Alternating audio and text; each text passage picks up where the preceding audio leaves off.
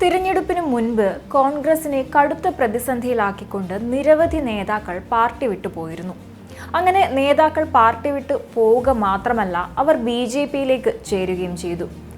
കഴിഞ്ഞ കുറച്ചു നാളുകളായി കോൺഗ്രസിൽ കൊഴിഞ്ഞുപോക്ക് അതിരൂക്ഷമായിരുന്നു.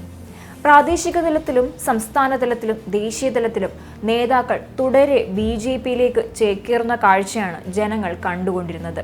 നാളെ തിരഞ്ഞെടുപ്പാണ്. ഇങ്ങനെ ഒരു ദിവസത്തിൽ എത്തി നിൽക്കുമ്പോൾ ജനങ്ങളിപ്പോൾ ഏറ്റവും കൂടുതൽ ചോദിക്കുന്ന ചോദ്യം കെ സുധാകരൻ BJPയിലേക്ക് ചേരുമോ എന്നതാണ്.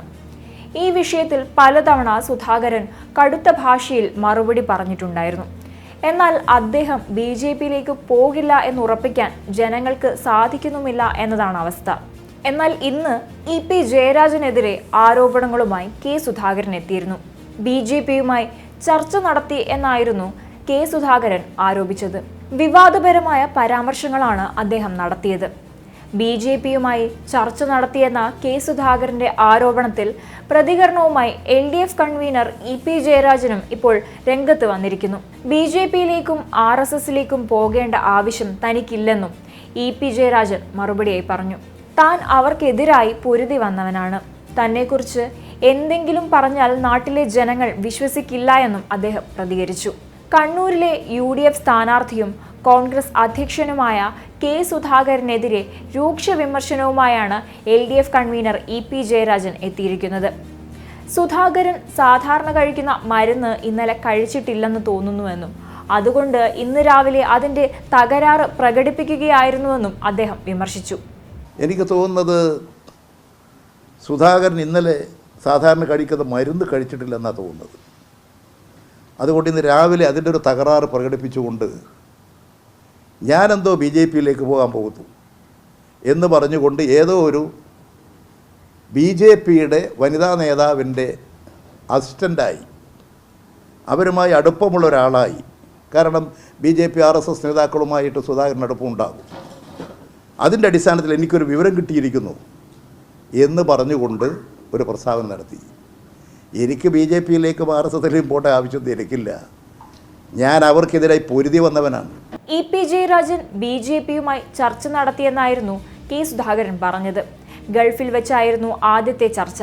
BJP നേതാക്കളായ രാജീവ് ചന്ദ്രശേഖരും ശോഭാ സുരേന്ദ്രനും ചർച്ചയുടെ ഭാഗമായെന്നും കണ്ണൂരിൽ മാധ്യമങ്ങളോട് സംസാരിക്കവേ സുധാകരൻ ആരോപിച്ചു. ഗവർണർ സ്ഥാനത്തെക്കുറിച്ചാണ് ചർച്ച നടത്തിയത്. മഹാരാഷ്ട്ര ഗവർണർ പദവി വാഗ്ദാനം ചെയ്തു. CPM നേതൃത്വം ഭീഷണിപ്പെടുത്തിയതോടെ EP പിൻവലിഞ്ഞു. പാർട്ടിയിൽ EP Jayarajan അസ്വസ്ഥനാണ്.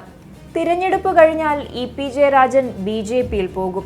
MV Govindan party secretary ആയതിൽ EPക്ക് നിരാശയുണ്ടെന്നും സെക്രട്ടറി പദവി EP പ്രതീക്ഷിച്ചിരുന്നുവെന്നും ആയിരുന്നു സുധാകരന്റെ ആരോപണം. കെ സുധാകരന്റെ ഇത്തരം ആരോപണങ്ങൾക്ക് കനത്ത മറുപടിയുമായാണ് ഇപ്പോൾ EP ജയരാജൻ എത്തിയിരിക്കുന്നത്.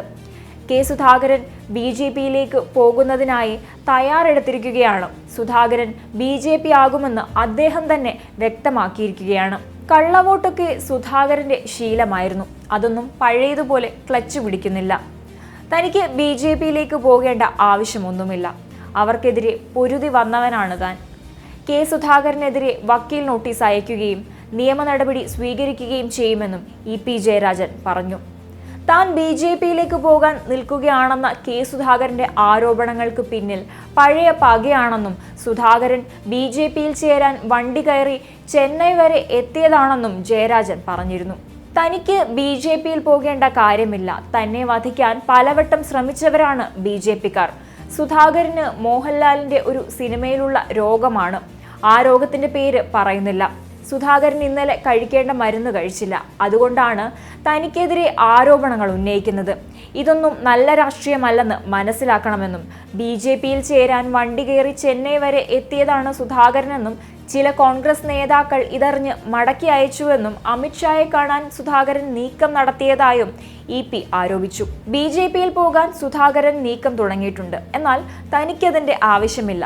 സുധാകരൻ പറഞ്ഞ BJP നേതാവിനെ താൻ കണ്ടിട്ട് പോലുമില്ല. ദുബൈയിൽ പോയിട്ട് തന്നെ വർഷങ്ങളായി.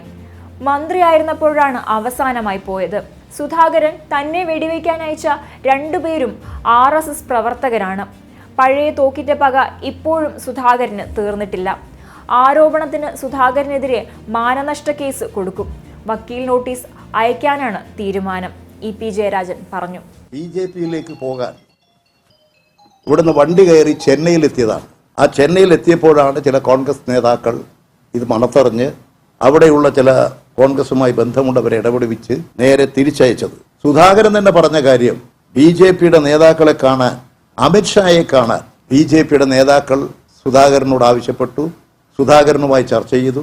അങ്ങനെ സുധാകരനുമായി ആലോചിച്ചുകൊണ്ട് അമിത്ഷായെ കണ്ട് ഈ BJP-യിലേക്ക് പോകുന്ന കാര്യങ്ങൾ അനിൽ ആന്റണി പോയതുപോലെ പോകുന്നതിന് വേണ്ടിയിട്ടുള്ള നടപടികൾ നടപടി സ്വീകരിച്ചു എന്നുള്ളതാണ്.